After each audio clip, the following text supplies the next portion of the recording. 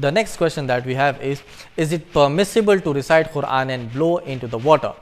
Blowing into water is of two types. Number one, if this is done without the intention of seeking barakah, blessings from the saliva of the one who blows into it, this is undoubtedly haram, because the saliva of any person is not a means of blessings and healing, and there is no one from whose relics blessings may be sought except Prophet Muhammad sallallahu alaihi wasallam.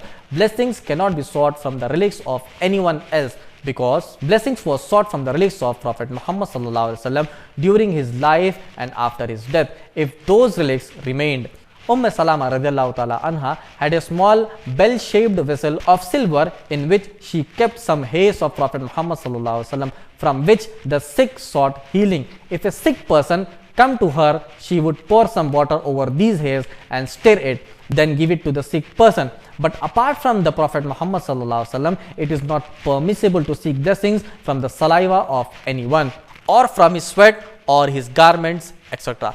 Rather, this is haram and is a kind of shirk. If the blowing into the water is done for the sake of seeking blessings from the saliva of the one who blows it, then it is haram and it is a kind of shirk, because everyone who attributes an effect of something with no evidence from Sharia or proof in reality has committed a kind of shirk, because he is making his blowing a cause of healing alongside Allah subhanahu wa ta'ala, and proving that something is a cause of something else is to be based on Sharia evidence. Everyone who follows a means that Allah subhanahu wa ta'ala has not made to be a cause, either according to reality or Sharia, has committed a kind of shirk. Second, if a person blows with saliva after reciting Quran, such as Surah Al-Fatiha, which is a kind of ruqya and is the greatest kind of ruqya that may be recited over a sick person, so he recites Surah Al-Fatiha, then blows into the water, there is nothing wrong with this. Some of the Salafs did it, and it is effective and beneficial by Allah subhanahu wa ta'ala. The Prophet sallallahu alaihi wasallam used to blow into his hands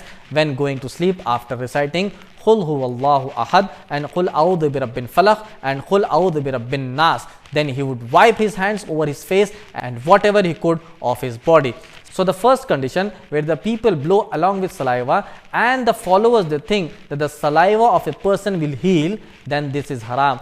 The second condition, when a person recites Surah Fatiha as a part of ruqya and blows into the water along with saliva and thinks that Allah subhanahu wa ta'ala will heal, then this view is correct, inshallah. Jazakallah khair.